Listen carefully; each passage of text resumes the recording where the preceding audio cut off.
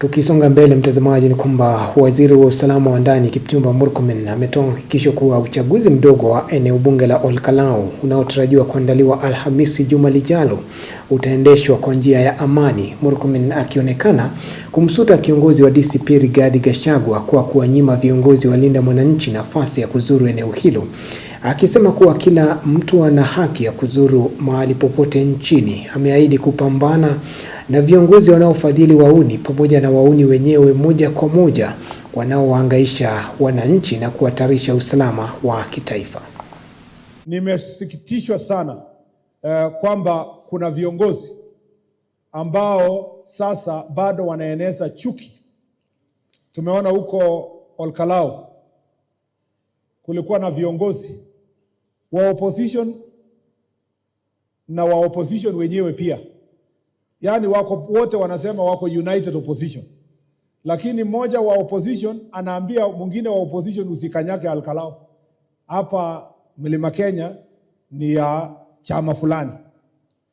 Mimi nataka kusema ya kwamba hakuna sehemu ya Kenya imetengwa kwa chama fulani ama siasa fulani. Mwanasiasa yoyote ako na haki kutembea Kenya nzima. Wakristo wako na haki kutembea Kenya nzima. Wakenya wote wako na haki kusimama na kutembea Kenya nzima. Tutahakikisha Olkalau by elections tarehe 16 itaenda vizuri, na tutahakikisha Kenya mwaka kesho itakuwa na uchaguzi wa amani na utulivu, kwa sababu Wakenya wako na haki kupitia sheria na kupitia uongozi wetu katika wizara ya usalama. Tuhakikishe kwamba usalama utakuwa sawa. Wanasiasa walipigana mbele ya mazishi, watu wakapigwa mpaka mtu mwingine pia akakufa. Alafu tena hiyo familia yenye walikuwa wanazika, I think it was a former chief or something, wakawachwa na mwili. Wanasiasa wamekwenda na gunzi yao wameondoka. That is not acceptable. And I therefore call upon the county commissioner and the county security team.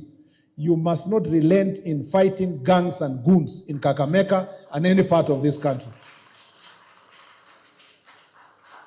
Bwana county commissioner, tunaenda uchaguzi. Usipembeleze mtu. Wacha ni blamiwe mimi kwa kukua ngumu kwa magoons na gangs. But that is okay, because mimi nataka kisasi kijacho bado ikuwe na nafasi ya uongozi katika